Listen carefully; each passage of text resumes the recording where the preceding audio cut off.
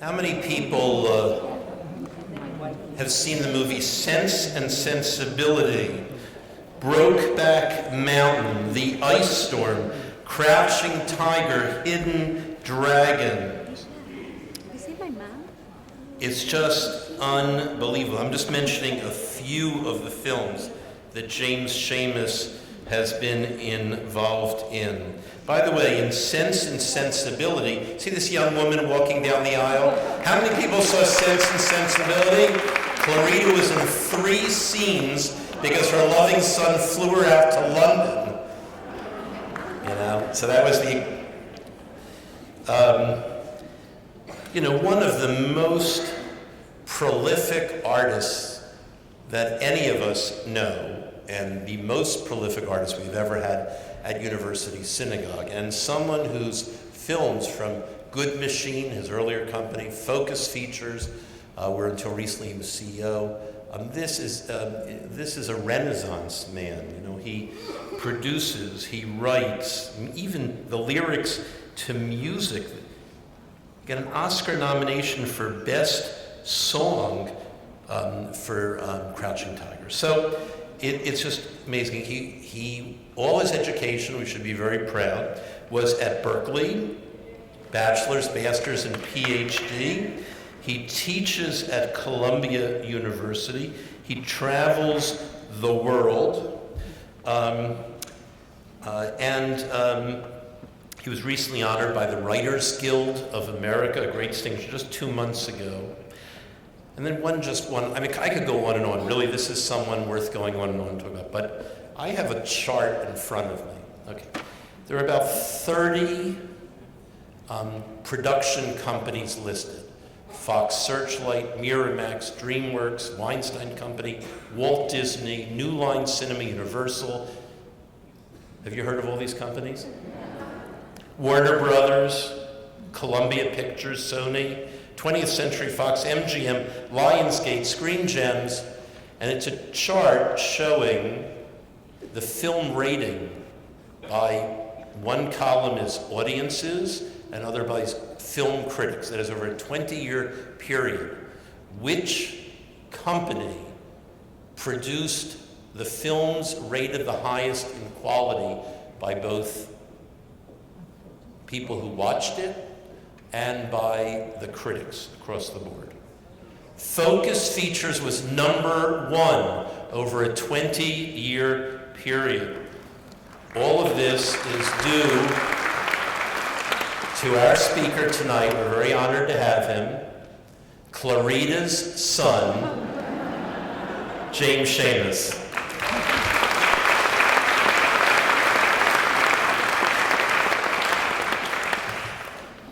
Thank you so much, Dr. Reckless. It's really a pleasure and an honor to be here. I wouldn't be here in so many more ways than one if it weren't for my mom, so thank you. Unfortunately for you, although I have been introduced in my guise as an artist and a film impresario and filmmaker and screenwriter, tonight you're getting the professorial son as opposed to the Hollywood son. And I hope that's going to be just as much fun at the end of the day. It's a little bit of a challenge, as much for me as it will be for you, but I hope you enjoy the ride a little bit. I do teach at Columbia. I don't teach anything practical there at all. I was hired as a film historian, and I teach philosophy and film history. So I'm going to inflict some of those skills on you. I'm also going to go a little off page. What I'm going to talk about tonight, my wife is a terrorist, lessons in storytelling from the Department of Homeland Security, is a topic that is also the title of a book that is long overdue at Harvard University Press that I've been working on for quite a while. And so I'm going to skip around a bit and I'm going to go off page a bit, but more importantly, I'm going to look up from time to time. And even if I don't look up from time to time at you, you have every right to interrupt and call out and shout out and ask questions. I completely solicit it, and there will be moments sooner or later when I will actually solicit it very explicitly. I also give fair warning that although tonight's talk is a work of philosophy and literary theory, There is some PG-13 content, but I have driven this by your rabbi, and he pre-approved it, so if I make you slightly uncomfortable, it's all for pedagogical reasons and spiritual ones too. I'm going to make something very simple, or that seems very simple, I hope very complicated for you tonight, and that is storytelling. Just stories. We tell stories all the time. We really live by stories. These days, we have stories of our life. We have a life story. And for the last 100 or so years, you've actually had property rights in your life story, which is a very strange thing. You own your life story. So your life is kind of made up of stories. But stories turn out to be very, very difficult, thorny, complicated things, especially in a culture increasingly mediated by digital media and increasingly lived through those media, through Facebook and your cell phone and Twitter and all the data that's thrown off from those activities. And for those of us who've been paying attention, as I think most of us have, to the revelations that have recently come to light through Edward Snowden and other whistleblowers, all of those stories that you're telling yourself and your friends are stories that are also being listened in on and co-created by the companies that mediate the media that you use, as well as the governments that are listening in and playing with them. Someone's listening in right now. So we tend to assume that the great stories are told by people like me in Hollywood. They're the stuff of movies and legends. But I'm going to hypothesize tonight that the most powerful and copious producers of narrative actually work in places not like Hollywood, but Alexandria, Virginia, and Washington, D.C., and Utah and Georgia, where the over 1 million top secrecy cleared bureaucrats toil within America's vast homeland security apparatus. They process, analyze, construct narrative patterns out of quadrillions of bytes of data. They vacuum daily from the sea of electrified communications in which you and I swim, the alternating currents in which we craft so many of the stories of our lives. It's perhaps no coincidence that the National Security Agency's Associate Director for Research, in charge of managing the agency's scores of petabytes of data, that's the equivalent of nearly 1 billion four-door filing cabinets full of documents that are created every month or so, is the former head of Disney's Imagineering Labs. It takes a Disney-trained imagination to begin to make narrative sense of such a tidal wave of surveillance.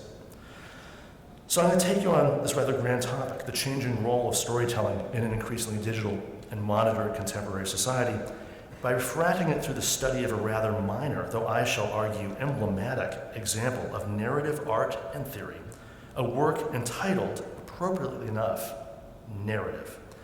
It was first published in November 2008, and my argument, such as I have one, is that narrative is an instant classic of contemporary narrative and literary theory. Its author is the Division of Homeland Security of the Maryland State Police Department, which probably did not intend for narrative to be read as a work meant for inclusion in the canon. Indeed, it tried very hard not to publish narrative at all. The very existence of this work, called narrative, was supposed to be a secret. It only came to light when the government, in the course of fighting a court case brought about by the American Civil Liberties Union, accidentally let slip evidence of a rather aggressive and patently illegal domestic spying program that was conducted by Homeland Security through a fake division of the Maryland State Police. This led to an investigation headed by the former Attorney General of that state, which then led to political pressure to suspend the spying program and to notify its victims of the existence of their secret files. My wife, the novelist and peace activist Nancy Krikorian, was one of the 53 people targeted by the spying program. Most of them were anti-death penalty and anti-war activists. Nancy serves on the national staff of Code Pink, Women for Peace, which is described on page 28 of her Homeland Security file in one of only 3 complete sentences that was less legible in the entire file, as, quote, I'm reading from the file now, a woman-initiated grassroots peace and social justice movement that seeks positive social change through proactive creative protest and nonviolent direct action, end quote, which is a rather remarkably accurate description of Code Pink, albeit one completely cribbed from their website. You've probably seen over time news coverage of Code Pig's work. They're quite effective and fearless in getting their messages out. Here, for example, they're posing with Alberto Gonzalez, the former Bush administration Attorney General and torture czar, at one of his last appearances on Capitol Hill. Here's another well-known image of Code Pig member chatting or discussing with Condoleezza Rice about the figurative blood on her hands. So when Nancy received a letter in the fall of 2010 from the Maryland State Police inviting her to come to Baltimore within the next few weeks to look at her file, it really wasn't a total surprise. Still, the provenance of the letter came as a bit of a shock. After all, Nancy's never been to Maryland except to drive through it a couple of times on her way to and from Washington, D.C. And the fact that she'd been under active surveillance for some time as a terrorist was hardly a comfort, especially given the notoriously Kafkaesque way things like the so-called do not fly lists, part of TIDE, the Terrorist Identities Data Mart environment, are mismanaged by the government. Just think of the late US Senator Ted Kennedy, who was thrown off a number of commercial airline flights before his name was eventually removed from the watch list, right? The letter Nancy received invited her to come to state police headquarters in Baltimore, where she would be allowed to read her dossier, but not allowed to make any copies of it, nor could she bring legal counsel along to read it with her. Whether or not she made the trip, the colonel who wrote her promised that her file would soon be destroyed, and the matter thus closed. Luckily, the ACLU was able to negotiate the release of the files to their subjects, thus avoiding the dreaded prospect of a visit to police headquarters, and Nancy received her file, or at least part of it, a few months later. The ACLU was anxious to make sure the government didn't destroy, or could be prevented from claiming they had destroyed, the files before they could be studied for two reasons. First, a study of the files might reveal evidence of the scope and scale of the government's malfeasance and indicate whether the government was only sharing a proverbial tip of an iceberg of wrongdoing. Little did we know then what the iceberg really was, as obviously Snowden has since revealed. And second, there was and is no way to fix exactly what the government might mean when it says the files were to be destroyed, as the copying, circulation, and storage of the files at multiple points within the surveillance data stream could easily create a situation where Nancy and others would be unaccountably suspected, detoured, and detained by a system that would have obliterated all trace of its own errors. Better in such a case to have a file one can point to as fiction than a file so invisible it is treated by the system as even more damning. And so Nancy's file arrived, or at least the few pages of it deemed safe enough to share with its purported subject. Here, for example, is a sample from narrative. And this is one of the pages you actually can see some text on, right? So almost every other page was just page after page of redacted text, line after line of thick black magic marker, only with a few words spared here and there, serving as tantalizing hints of what else might lie beneath the redactions. Those few hints were enough to convince us, however, that whoever Nancy's file was about, it wasn't her. Here in narrative, for example, and this is narrative, you can see it up in the corner, right? We read a brief mention of a conference planned for July 14th, 2005 at the Frederick, Maryland Holiday Inn, entitled Creating Superior Biomedical Technologies, a conference involving the U.S. Army Medical Research and Material Command at Fort Detrick, Maryland, which serves, as you know, as headquarters of America's biological and chemical warfare complex. We can surmise that the narrator of narrative thinks Nancy was part of a protest that took place against the conference. In an attached case information summary about the protest, her primary crime is listed as, quote, terrorism-environmental extremists, while her secondary crimes are terrorism-animal rights and terrorism-anarchists. I suppose a very keen observer could find evidence of such crimes with a cursory search of our Columbia University faculty apartment. Here, for example, is evidence of orthodox Kropotkian anarchist ideals in the guise of our then 13-year-old daughter's bedroom. And what more compelling proof of Nancy's animal rights terrorism then our boys, Busby and Dashel. Now, they may look harmless, but not when Dash starts bumping into his neighbors in the dog run in Morningside Park. So, yeah, we'll keep that image. This is one of the PG-13 images. Let's move on then to, one more. Let's go back to narrative. What I'd like to do with the remainder of my time tonight is take you on a bit of a journey to talk about narrative, this document, this text. And I'm going to treat it as the object of a year-long intensive graduate seminar devoted to just this. I'll thus rather informally provide an overview of my syllabus with you tonight for what will be a very interdisciplinary seminar. And I ask you again to feel free to interrupt and pose questions or challenges at any time. Narrative, we're going to discover, is a dense and complex text. It has a lot to contribute to discussions in the fields of literary criticism, film theory, philosophy, cognitive psychology, art history, sociology, and just plain life.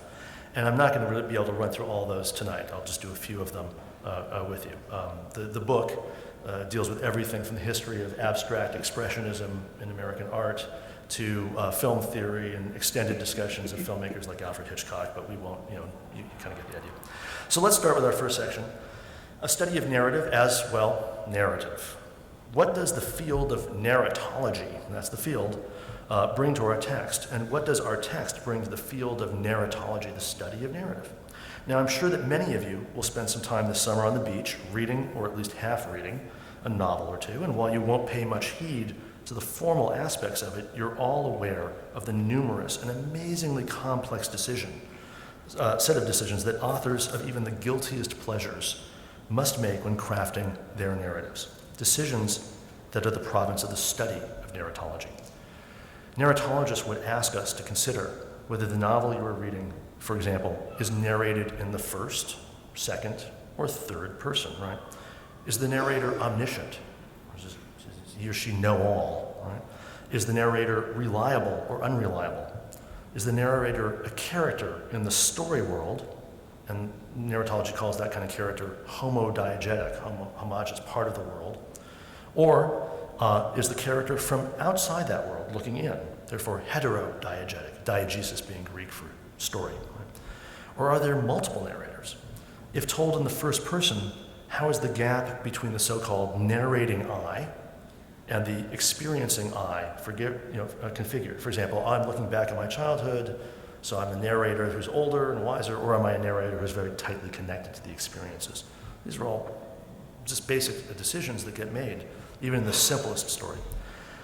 How is crucial narrative information disclosed or withheld? Now, the distinctions and definitions developed by narratology provide a handy toolkit for understanding these texts. So let's turn to narrative to see what lessons it might teach us. So for this part of the course, we're going to read a lot of classic narratological studies, the great Russian formalists, the French structuralists, all kinds of crazy people, a lot of German hermeneutic writers. Skip through that. For example, let's ask, is the narrator of narrative homodiegetic? Oh, we're now onto a new image. That's okay. That's a great French photographer, Sophie Calle. We can go backwards if you want to look at narrative. Is the narrator of narrative homodiegetic or heterodiegetic? Seems like a very technical question, right? Like, well, technically, where is this person? That is to say, are they inside or outside the story world? What we can see of the text doesn't give us much evidence, and yet the fact of the text's existence itself raises interesting issues. We can imagine the meeting that took place by the activists planning the demonstration at the Holiday Inn, and brief glimpses of mentions in other people's files, as well as subsequent disclosures, give a sense of this. But based on the mere existence of narrative, we can surmise that a spy was present at the meetings. Okay. Assuming for the moment that the spy probably went back to his or her office at Homeland Security to write up an account of the meetings, and in this case we've since learned that the spy was a woman, you can now see that the simple question of whether narrative is narrated by a hetero or homodiegetic narrator becomes very sticky. For do we think that our narrator is part of the story world presented in narrative, or separate from it? It seems not too controversial to assert that the simple presence of the spy at the meeting changed fundamentally the very nature of the meeting as a narrative event. Right? On the one hand, we're getting together, we're a bunch of terrorists, we're going to have a little meeting, right? That's one event. Then there's another event, like, the terrorists are getting together, and it turns out one of them is actually a spy. That's a very different event, right? It wasn't just a meeting, but a meeting that was spied on. So the narrator, by her attendance, became of necessity a character in the story world, and one who, though only there to observe and report, completely changes the story itself.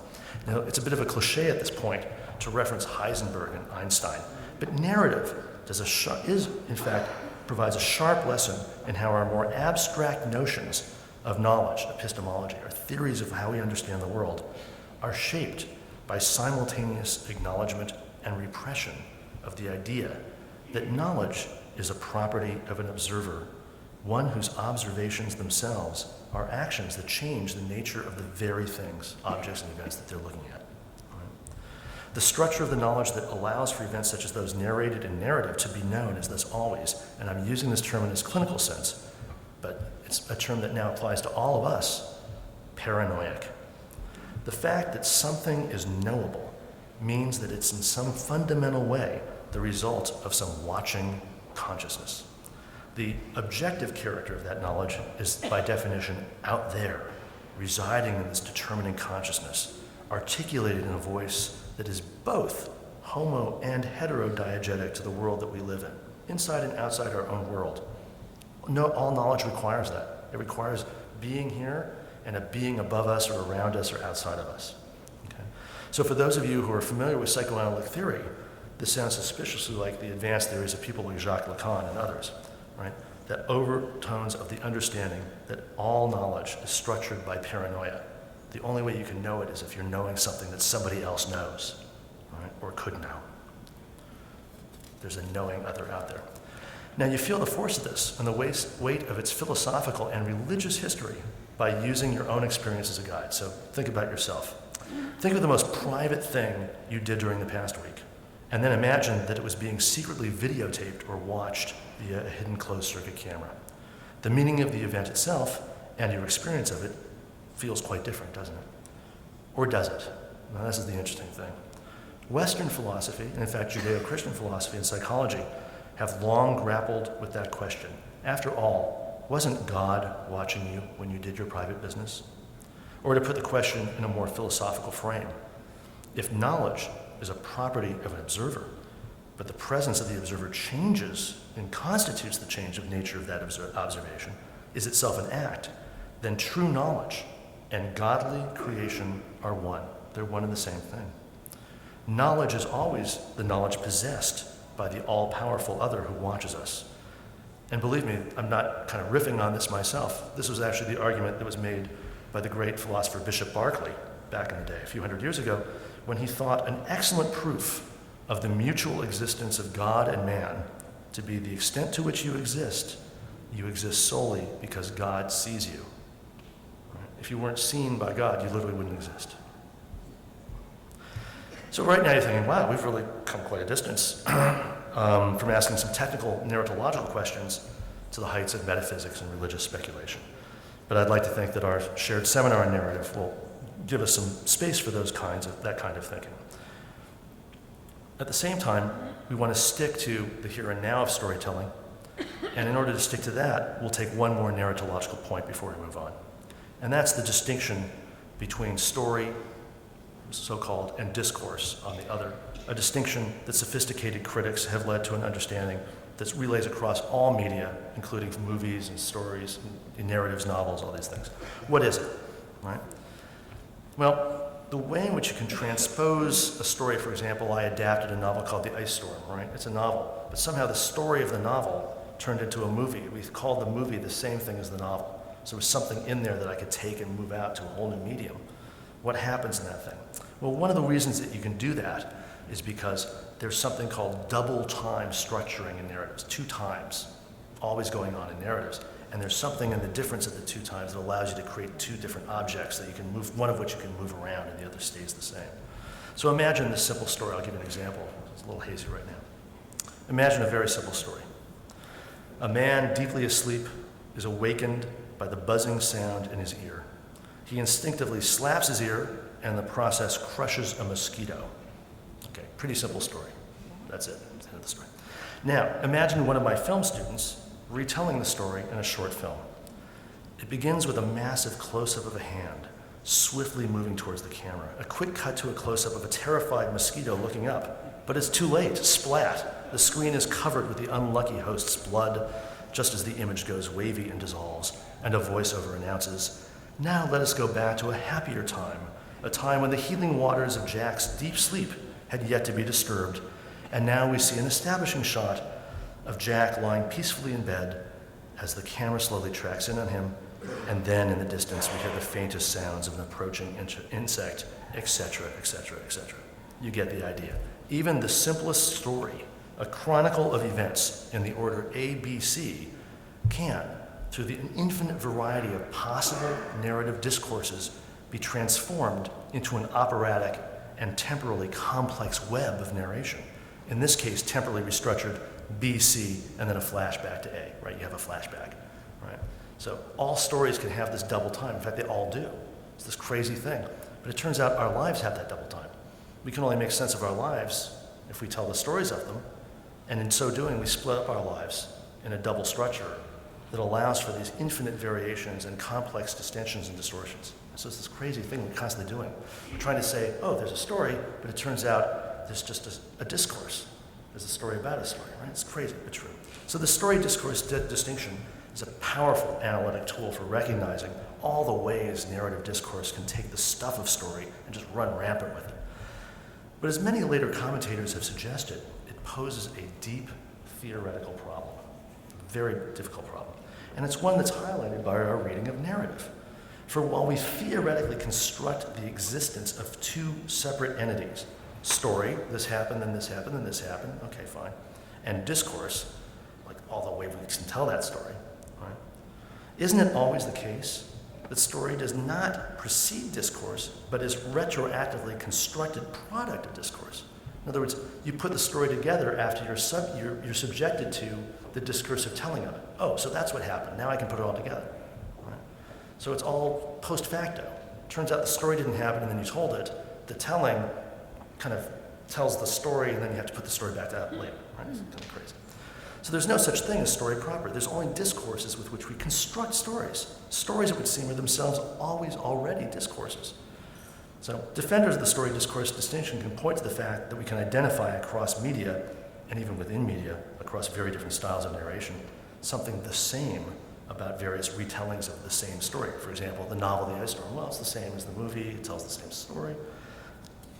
But, as you can see, whatever it is that survives is already surviving in a completely distorted way. Now, the study of narrative proposes to us a radically simple challenge to that. For we can't posit can we not posit the very reasonable interpretation of narrative's discourse that there is, in fact, no story to it at all? Remember, Nancy was not there. There's nothing, she wasn't there. This is not her narrative, right? One can well assume, in fact, we know this for a fact. In fact, just yesterday, the Associated Press reported on this fake Twitter project that was USAID paid hundreds and hundreds of thousands of dollars of your taxpayer money to create in Cuba, to create a fake social space to kind of try to help bring down the regime down there, right? So we know that often government's intelligence apparatuses have often leaked pages of line after line of redaction with just a few words, right? Contextualize them in just such a certain way to distract and mislead our enemies, both domestic and foreign. In other words, you can leak kind of stuff that's not real, right? It's always kind of, oh, that's interesting. Right? Narrative challenges us to understand that narrative discourse creates story as much by hiding it as by articulating it. Redaction, in a sense, is not the effacement or erasing of narrative, but among its most effective and efficient discursive tricks. The fact that Nancy has a file that looks like that makes her a very suspicious person. It's a very effective narrative tool. It's like, oh, she's the one with all the, oh my God, what's behind it, right? Many theorists of narrative, among them Meyer Sternberg, for example, see the creation of such gaps as essential to the narrative enterprise. As he says, it's only through the inevitable omissions that a story gains its dynamism. And you know all this too well. We all have friends who tell stories, but they tell stories by saying, and then I got up, but then I sat down, because I was thinking about it, but then and I looked at the salt shaker, and it was only then that, and you were really just, please finish this, right? There's too much. The good storytellers are the ones who have the gaps and fissures. What happened? What happened next? Narrative is thus structured around two kinds of narrative gap. On the one hand, the selective openings and closings of narrative threads that make up the dynamics of every narrative discourse, and on the other, the gaps both opened and veiled by the marks of redaction that cover so much of the pages of narrative. So let's be precise. The gaps created by the marks of redaction in narrative are not erasures. They're not erasing anything. They themselves are very visible marks. You see them. They're signs. They tell their own story. And as the critic William Eggington describes the aesthetics of the Baroque, redaction can be said to employ what he calls the trope of incompleteness, which draws you in by a promise of fulfillment beyond the surface, a desire ignited by illusory depth, always just beyond grasp. Right? There's something underneath we have to find out. In narrative, the trope is not so much one of incompleteness as of a surplus of signifying. Redaction creates a kind of palimpsest. You know palimpsests, which are layers and layers of stuff, right? That there's always something underneath. It represents an excess of graphic gesture. And the word redaction even comes from the Latin word redactus, which means to lead back, here in the sense of editing a text to get back to its original textual integrity, though only in the perverse world of English etymology can a word like redact end up meaning more or less its Orwellian opposite. It really did, to redact something meant to actually come back to its original meaning. Hitchcock would have thoroughly loved this sense of narrative's gaps. In our seminar, we'll spend some time watching and studying his films. Certainly, if you've seen Suspicion, or The Wrong Man, or the perfectly paranoidically titled The Man Who Knew Too Much, these are all useful guides to our reading of narrative. Hitchcock was famously the proponent of the so-called MacGuffin. Have you ever heard of the MacGuffin? It's the center of all his movies, right? Every Hitchcock movie has something called a MacGuffin at its center. But what is it? It's the meaningless, empty signifier at the center of the plot. So it's like the thing we have to get. It's the microfilm. But nobody ever says like what the microfilm has on it. It's like, no, just get it's the thing, right? And the meaning of the existence of this thing is just pursued with often deadly competitive zeal by his characters. It is, however, what I think is the most perfect film that we'll probably end up studying most. If you haven't seen it, you have to. North by Northwest, a film in which the main character is himself the MacGuffin. Turns out North by Northwest, this stars Cary Grant, but it really is the story of my wife Nancy, as you'll see. In the film, Cary plays an ad agency exec named Roger Thornhill, who, while he's having drinks at the Plaza Hotel's Oak Room, which used to be a great bar and is now owned by Raj Hotels, and it's terrible, I don't recommend it anymore. He signals for a Western Union messenger boy and is at that moment accidentally mistaken to be an American secret agent by the name of George Kaplan. I love it, that's like a Jewish secret agent, by some dangerous foreign spy. So these foreign spies are like, oh, that's George Kaplan, you know? So the spies actually abduct him, they try to kill him, he barely escapes, he's running away all the time, they're trying to kill him. And all the while that he's running from these killers, these foreign spies, he's trying to figure out who and where the real George Kaplan is. He's like, if I could only get to the real George Kaplan, then they can kill him, and I'll be fine, right? That's basically the plot, right? That Cary Grant's going, where's George? What Thornhill discovers is a cruel irony. George Kaplan doesn't exist. He's a fiction created by the American government to lure the spy gang out so that they'll reveal their leader and the secrets that they are trying to steal. So the FBI makes it clear that the only way Thornhill will survive is if he becomes, in essence, George Kaplan. We understand the government otherwise has no use for him, and indeed, things would certainly be less messy if Thornhill were dead. So the government does really like, well, if they kill him, whatever. This is perhaps what narrative proposes for Nancy, and for the approximately 1 million other Americans whose names figure on one watch list or another. You're better off living the story hidden from you under all those black magic marker lines than being totally erased from the story. And indeed, as with the real George Kaplan, the whole narratological point is that there is no real story under the lines. the redaction itself creates the story. In the next part of our class, we'll move from questions of narratology into some other forms of literary and philosophical analysis inspired by various philosophers. Most importantly, we're going to talk about speech act theory and the work of J.L. Austin in his amazing book called How to Do Things with Words. And he popularized the study of what's known as speech act theory, the study of the way words, even those used in fictional discourses, which I'm thinking this now is, don't simply represent, but they also act, right? Words act. We're kind of used to this these days, but we're also used to the distinction between speech on the one hand and action on the other. In America, it turns out if we start thinking about this, we're going to start to really have to question some deeply held values and assumptions. We have a very fraught relationship to these notions, especially in the political arena, where freedom of speech is jealously guarded as a foundational principle of our body politic. We all agree freedom of speech is a fundamental American value. Of course, we make exceptions all the time, with the understanding that words can indeed be actions, e.g. the yelling of fire in a crowded synagogue, the incitement to do harm. We understand the logics, even if we don't always agree with the results of things like government-regulated broadcast network standards, copyright and trademark protections, and recently more controversial measures, such as those that attempt to limit and punish hate speech, right? Measures that leave many of us uncomfortable in their reach and definition. In short, words, especially fictional or artistic ones, are words. Actions are actions. Two separate things. And words should, as a rule, not be censored. And especially artsy-fartsy words like Focus Features movies, Brokeback Mountain. Don't censor, it's protected speech, right? It's expression.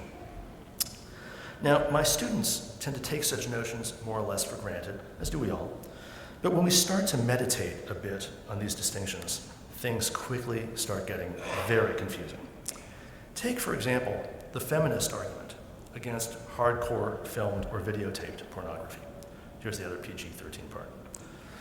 Most of my students these days find the arguments of Catherine McKinnon and Andrea Dworkin and others that at least heterosexual porn is not protected speech, but rather an act that produces harm to women, unconvincing. They've grown up with instantly available pornography on the internet, and they really don't see the harm in it. McKinnon's argument that porn is not protected speech, but rather the direct recorded evidence of an illegal and harmful act, doesn't resonate with them that much. But if I ask you a different question, you get a much wider range of opinions. And so I'm going to ask all of you 2 questions, and you're going to have to raise your hands. So get you to just practice. Like here comes a raise. Okay, very good. Here they come. How many people here would advocate the criminalization of the production, distribution, and consumption of pornography? It's pretty liberal. Nobody. Okay. Okay, fine. How many people here would advocate the legalization of prostitution? Well, this is pretty okay. So about, I'd say 35 to 40% of you. So this is a pretty liberal crowd, right? That leaves about 60 to 65% of you, okay? And I'm talking to you, okay? Those of you, 65% of you who think that pornography should remain legal, but prostitution should be illegal. Okay. I'm going to ask you to start to meditate on how you hold those 2 particular opinions at the same time, because the holding of those 2 opinions is in fact the consensus default in terms of American jurisprudence and American culture, right? This is the general American response, and I don't have much of an opinion myself either way, but this is the culture we live in right now, okay? So pornography is legal, prostitution is illegal. Now, here's the rub. Imagine maybe for whatever reason, you're stuck in Van Nuys, or you actually live in Van Nuys. If you don't live in Van Nuys, this is now somebody I know lives in Van Nuys here. But Van Nuys is kind of, we all know that Van Nuys is the capital of a certain kind of film culture, right? So you're stuck there, so you just check into the local Embassy Suites motel. In the room next to you, on the left, there is a pornography film shoot on location. It's like Embassy Nights or whatever they're called. Various things are happening, they're filming it, this one's doing that to this one, or whatever they're doing. In the room on the other side, a client and a prostitute are, doing what they do. Okay? So how is it possible that the acts taking place over here are perfectly legal and the acts over here are perfectly illegal? Totally illegal. They're completely separate things. Why is that the case? Any of you 65% want to say why you think it's the case? Is it because both people are good looking over here, but maybe only one? Why? There was a hand maybe? Yeah. Yelling, you have to yell. Okay.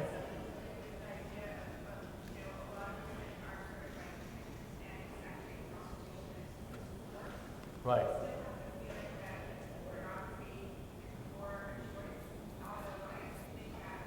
Right.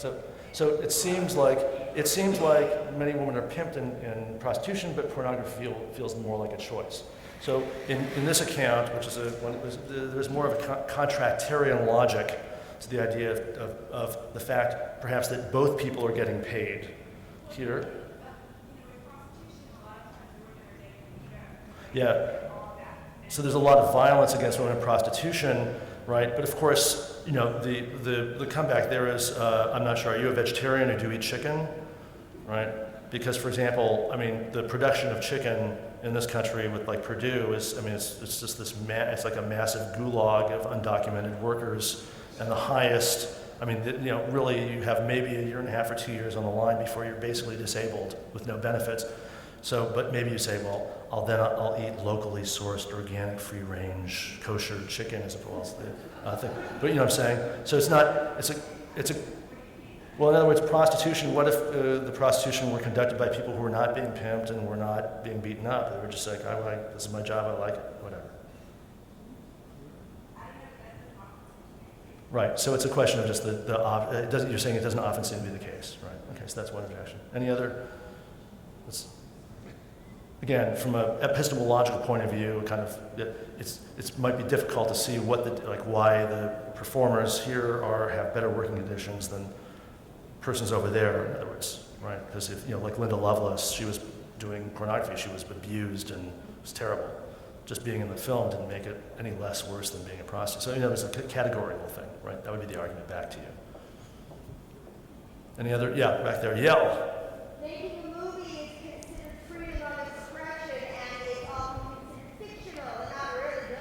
Right, exactly. Okay, so making a movie is part of freedom of expression, right? So, and then it's free speech, right? So this is really the dominant ideology that we live under, but let's think about this, right? Because this is you really get right to the heart of it. So here's the deal. The porn shoot's legal, literally, just because it's being filmed. So why don't you just get a camera and put it over here in this room and film yourself, and it's totally legal. You've just made protected speech. Is that the solution to all of our problems? We can just go home now that we figured this one out? What's that? Getting back to the government. Yeah, we're going to get there in just a second. So here's the question, right? If the porn shoot is legal just because it's being filmed, and I suppose because both or however many people are engaged in the various things happening there in the service of creating something we want to imagine as protected speech, but it doesn't feel that convincing an argument, does it? And when you put it that way, right? So we'll have to turn to recent thinkers like Judith Butler to see where these debates take us. And as we do, we'll pay careful attention to how speech act theory, which attempts to identify, categorize, and make sense of the different ways speech and representation in general acts, how these theories can, in this context, become an important part of our discussion about how we think about the relationship between, say, art and politics, about the copyright status of parodies and remixes, about which jokes are hurtful and hateful, and which jokes are ironic and subversive, right? About why certain words are usable by some people in certain contexts, but not by others in other contexts, the dreaded N-word, for example. What's going on? Why do we have all these taboos and weird things that don't seem to make much sense? So for our purposes of the study of narrative, I'll give you an example of a kind of speech act that often serves as emblematic of speech act theory in general. And this is what Austin called illocutionary speech acts. It's kind of an awkward name, but it's kind of fun, okay, when you get into it. These are utterances that, by the simple fact of being uttered, perform an action, one that often changes the reality of the speaker and the listeners. And obviously, this has a lot to do with our religious heritage, right? In the Old Testament, for example, if you see God, you're pretty much incinerated. You hear God, something else is going on, right? It's an interesting, what's that about, right? Illocutionary speech acts. Okay, so here's an example of an illocutionary speech act. Here, I'll just do it. You, sir, and Mom, I now pronounce you man and wife. You may kiss the bride. Right? Or this meeting has been called to order, or I now pronounce you guilty as charged and sentence you to be hung to death. Right? So you can see already that my own illocutionary speech acts weren't too effective. Right? The effectiveness of illocutions has a lot to do with what philosophers call their illocutionary force, or what we might call the role and power of those othering them. For example, when I called you guys out and married you, unfortunately, I'm not a rabbi, so it just didn't work. It failed. It was a failed illocutionary speech act. Right? But obviously, there are a million gazillion successful illocutionary speech acts, and they work on us all the time. They have enormous power over our lives. Speech really does act on us. So philosophers have always struggled with this aspect of illocution, and even the most technical attempts at classifying and creating the taxonomies for them haunt us and the specters of the power and the shapes of things like narrative. Because narrative, it turns out, is a kind of illocutionary speech act, right? It says something about Nancy, regardless of what it says. It's just existence does that. Right? So John Searle wants to make these distinctions, and you know what I'm going to do? I'm actually going to skip this whole part, even though it's really fun and has a lot to do with spying and stuff like that, and go to the final stretch of my talk to talk about what's happening right now with all of you out there. And I might even just go off page at this point for 2 minutes to wrap it up. You all know, how many people here, does anybody here not have a cell phone? Okay. So for the rest of you, let's get real. I talked about the paranoid structure of knowledge before, right? And that idea that there's a certain narrative about your life that you tell yourself to make sense to yourself, but that in telling that you split yourself up into two different time zones, so to speak, of experience, the told and the telling. Let me just give you an example of what your life is like right now as it's being told, even as we speak. Today, over 300 times, some piece of data about you, some information about you was actually sold from one party to another. How much did you make off of that transaction? I can pretty much guarantee you very little. That is to say, literally everything you do these days, wherever you go, because that phone is actually a tracker that follows you wherever you go, even if you take the geopositional services off. Remember when Apple said for 5 years in a row, if you turn off your geo-tracking, it doesn't, we can't tell where you are. And then a couple of grad students at MIT last year figured out that they had planted code in the phones to get around that. And they go, oh, we're sorry, we forgot to tell you. Right? This kind of thing, right? So we start with that. But then we start with every click you make on your computer, every search you make for every word in Google, right? Every purchase you ever made, right? Every time you use your charge card.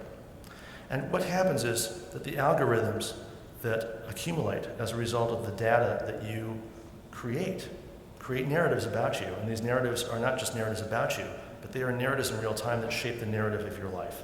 That is to say, instantaneously, for example, as you move from one web page to another, your IP address moves first so that the ads that you see, as we all notice now, pop up, and they're just kind of for you, right? Every time you read the terms and conditions, as I know you always do, down to the end, of course, object to paragraph 18C, E, A, B, 1, whatever, and you accept, right? Which is the one thing that all of you now are so used to doing in your lives. You're constantly accepting. You're very accepting people. Every time you accept, you're also selling your entire contact list and all the phone numbers and email addresses of all your friends, right? When you do these apps. So as you constantly are accumulating all this data, or somebody's accumulating on you, it's actually bouncing back at you in a narrative story that says, oh, the next chapter of your story is going to be made of choices that will be pre-selected for you, or a range of choices that you can select from. But more importantly, there's a kind of invisible sorting that now goes on. So we remember the good old bad days of things like segregation, right? When, let's say, poor people or people of color were in one place, and the wealthier, less colorful people were in another place, and they got different services, X, Y, and Z. Well, so how many people here over the holidays had to call the airline, let's say American Airlines, if there was a problem with their flight, right? And how long did you have to wait for the phone as it was ringing to be picked up by a human being at American Airlines? Well, I can tell you this.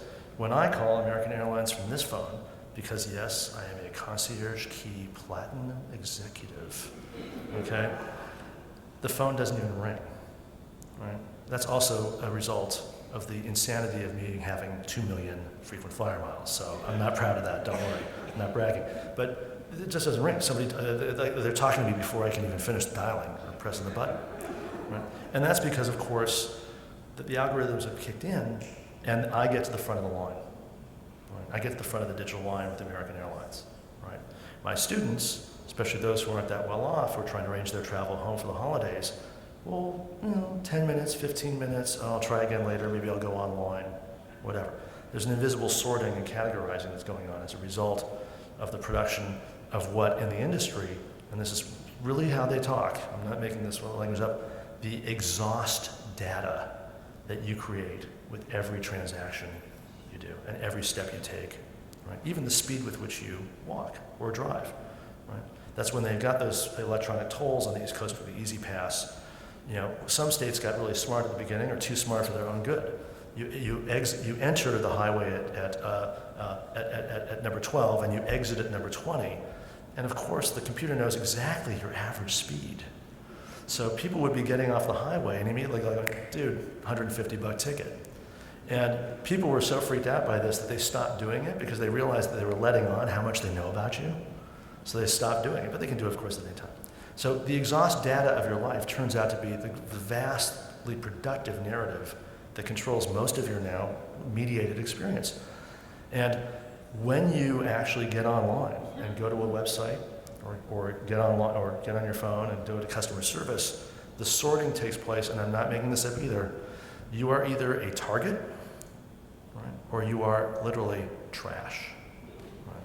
So they know your age, they know your income, they know where you live, they know your purchase history, they know your likes, and they know more or less every website that you've gone onto if they want to. It all comes up on the screen.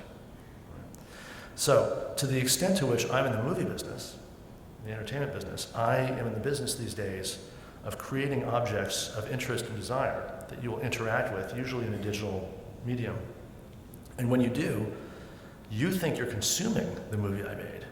But what you don't understand is you're actually producing, for the people who are distributing that film, information, very valuable information that gets traded on average 300 times a day about you.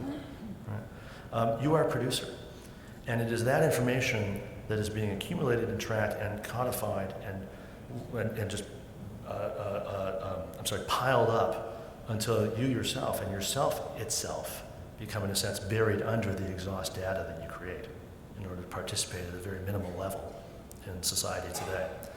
So when we talk about narrative and government surveillance, it's really interesting the way in which there's a kind of asymptotic curve that's happening between you, your life, and the data that keeps growing and growing and growing forever and ever and ever, as long as there's electricity, right, about you. Right? And it is the gaps, therefore, that become interesting. So for example, in one of the first articles that was ever written, and then I'll close with this, from the New York Times, right, the author was amazed that there was an app that his wife had on her cell phone. It's Sprint Looped. I don't know if anybody uses it, right? Parents use it to track their kids, but there's hundreds of these things, right? So I'm just going to read from this and leave you with that. Here's the guy writing the article. It says, "I'm tracking my wife, Karen. I never know where she goes during the day, and I've had enough. Using Glimpse, a new application that's embedded on 2 cell phones she's carrying in her purse, I can watch her every movement from my cell phone or desktop computer. As I write this, a map shows her driving through our neighborhood on the way to make her rounds as a visiting nurse. Wait, she just entered the highway. She's doing 70 miles an hour. Really? 70? Now I'm not, she said via cell phone, hands-free of course. I'm getting off the exit. I checked again. Right, you're going 37 now. Right, the wonders of this technology. This not-so-charming anecdote gives us a hint as to the quandary all of us will soon face, in fact we face today, in our growing 24/7 surveillance culture. What happens, for example, when Karen opts to keep her tracking device off for a few hours in the afternoon? If we think of the continuous data stream her tracking device throws off as a kind of ongoing narrative thread, her decision to create that gap in that narrative line is less an opting out of narrative than a bold raising of the narrative stakes, an instant mystery that commands our immediate curiosity, and we can see her husband's natural suspicion. If Karen has nothing to hide, why would she hide it? So for us, that's the question I pose to you tonight. As your data, exhaust data become you, what gap is left for you in your life? And is there any mystery left to the story of your life that won't eventually be captured and sold by the companies that provide you all those terms and conditions that we are all so happy to accept? And please, when my movies come on Netflix, please accept them too. Thank you very much for your attention this evening.